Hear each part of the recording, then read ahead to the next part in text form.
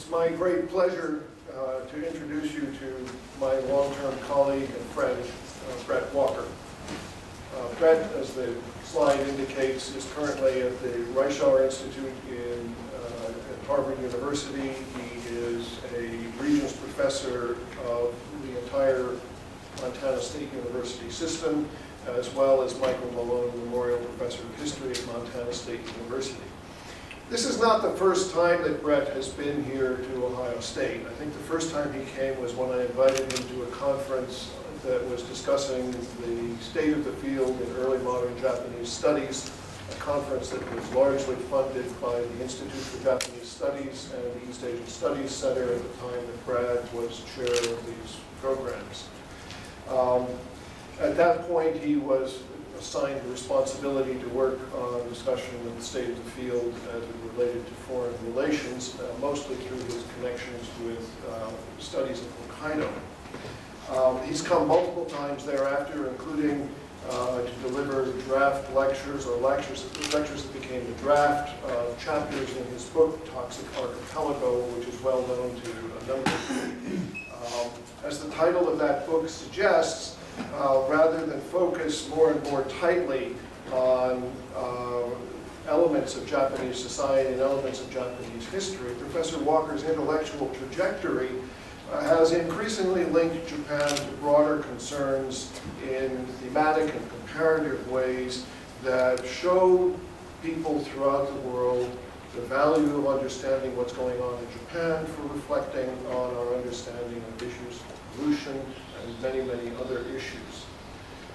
That trajectory began in 2001 with the publication of his prize-winning book, The Conquest of Ainu Lands, a book that's still available in print, something quite remarkable for a book in early modern Japanese studies.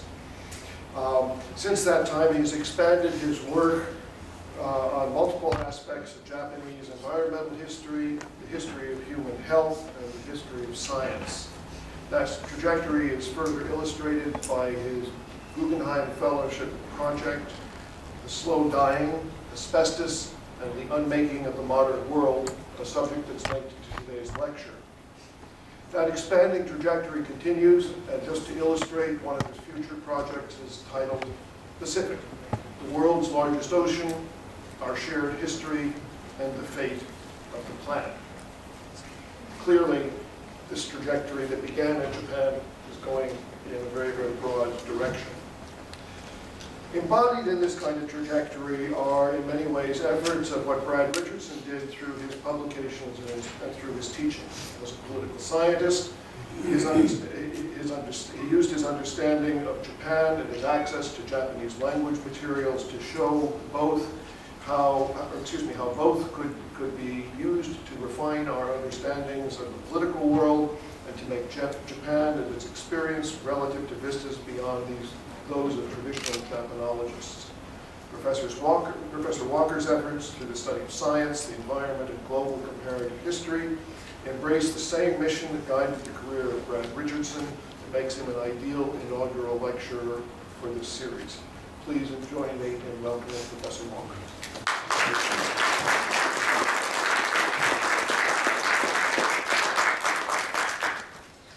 All right, well, thank you very much. It's not my first visit to the Ohio State University, but it is my first visit since they Buckeyes shellacked the Oregon Ducks in the national championship, which is my alma mater. So I came here with some trepidation, but I do feel comfortable, so thank you for the warm welcome. I just wanted to thank the folks that made my visit possible. I had a great lunch today with Miyazaki Hajime. We've never met before, but it seems to be that the Institute for Japanese Studies is under great control. Etsuo Yuasa as well, the director of the East Asian Studies Center on campus, has made me feel very welcome, and of course Janet Stuckey. All these people have made this visit possible. And of course, it's very much a pleasure to be giving the inaugural Brad Richardson lecture. I do a fair amount of traveling and talking, and I can't emphasize enough how important these kinds of endowed lectureships are for continuing the very worthy enterprise of bettering the relations between Japan and the United States. It's one of our closest allies in the world, and it's been more important than ever that people have opportunities to study the language, learn about the culture and the connections between the two countries. So to Barbara Richardson, Stephanie Estes, and to Matthew Wagner as well for the very generous gift. Know that in the contemporary climate at higher education, these kinds of things are more important than ever. I'm going to talk about a project that is very much a shared concern between the United States and Japan. A shared concern that has to do with built environments, environmental toxins, and the shared threat of asbestos. If I'm not talking loud enough, please just let me know. This was a part of the Guggenheim-funded project, which was initially supposed to be a global history of asbestos poisoning. It's morphing into some slightly different things in recent months, but maybe during the question and answer we can talk a little bit about that. Okay. So in the 20th century, no material, with the possible exceptions of steel and concrete, proved as foundational to modern built environments as asbestos. And if you're looking at these pictures of tile and horror, because you've seen them in your classrooms, you're absolutely right. Right? Engineers celebrated it as a miracle fiber because of its heat-resisting and insulating qualities. It served as fibrous internal reinforcement for cement water pipes, as well as insulation for boilers and heating ducts. Fabricators fashioned it into electrolytic membranes for creating ammonium sulfide in fertilizers, and it lined automobile brakes and formed high-pressure gaskets in high-performance naval engines. It added fire resistance to roofing tiles and adhered to the steel frames of multi-story buildings as critical fireproofing. Right? It comprised filters for Kent cigarettes, at least cigarettes smoked by sophisticated people like scientists and educators. It was fake snow on your childhood Christmas tree or on the set of The Wizard of Oz. And it kept your blow dryer from melting while you carefully feathered your Sean Cassidy-style 70s hair.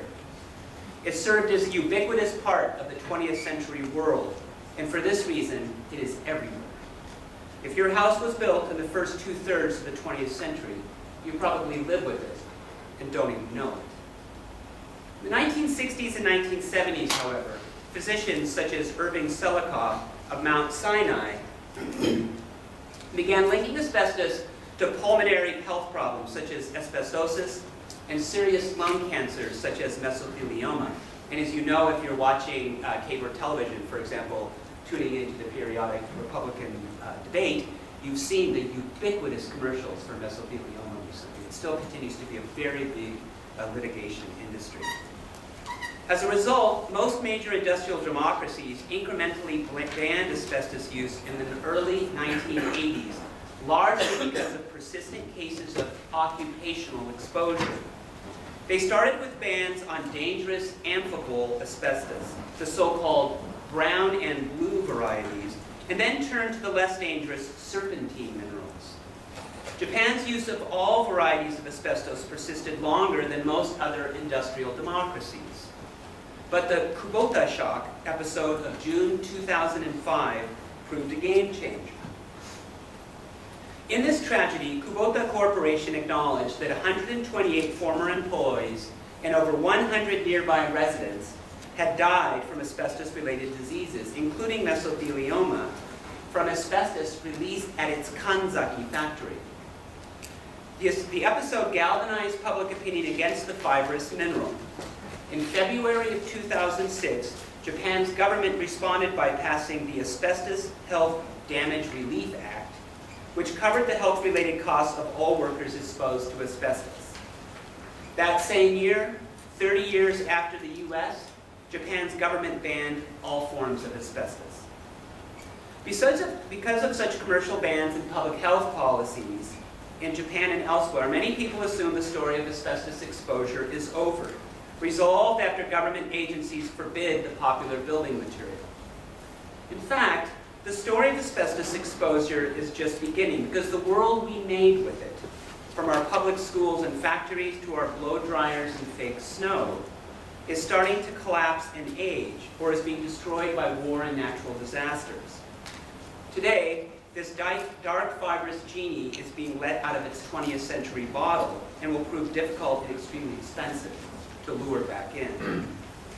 So even though cases of occupational exposure have declined, asbestos exposure poses as much a threat today as it did a half-century ago. One of the most lasting legacies of the 9/11 terrorist attacks on the Twin Towers, for example, is the enduring health crisis caused by World Trade Center dust, which has sickened and killed first responders at alarming rates. It is known that asbestos was part of the dust, and some mesothelioma-like symptoms have occurred among many first responders. Another dramatic example of the destruction of the built environment releasing dangerous levels of asbestos was Japan's 3/11 triple disaster in 2011, when a massive offshore earthquake and tsunami devastated northeastern Honshu. Because Japan used asbestos in building materials until as late as 2005, much of the debris contained levels of asbestos. When Japanese first responders and workers, as well as volunteers from around the world, including students of my own, began cleaning up the millions of tons of debris, they were exposed to the dangerous fiber. When in the lungs and the intestinal tract, asbestos becomes a ticking health time bomb. When, where, and how people become diseased, even what diseases they might contract, or where they might be in their own lives when they become ill, remains unknown because of the highly complex etiological factors related to asbestos disease. But the uncertainties of asbestos exposure are part of its complex historical qualities. With asbestos, historians are faced with narrating a material that, once lodged in the human lungs, places victims on a causal trajectory determined by the fiber, the body, and the cultural and political milieu they inhabit. Historians remain focused on chronological timelines and concrete outcomes, but asbestos offers neither. It means narrating a story where the moral is often inconclusive. Writing about asbestos exposure in Japan's 3/11 triple disaster means writing a history of uncertainty. In this way, asbestos is an example of an environmental pollution that inflicts what Rob Nixon has called slow violence, largely on the poor, such as towns in Libby, Montana. By slow violence, Nixon means the exposure of impoverished and powerless people to invisible, insidious, and slow-acting toxins that do violence to their bodies, economies, communities, and ecologies over large, poorly defined swaths of time.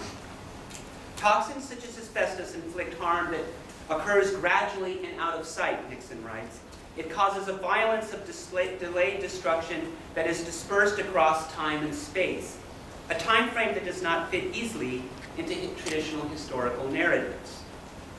The casualties of asbestos poisoning will not die heroically on battlefields, nor will they be memorialized in famous Shinto shrines. Rather, they will die slowly in hospital beds, decades later, with PICC lines in their arteries and respirators over their mouths.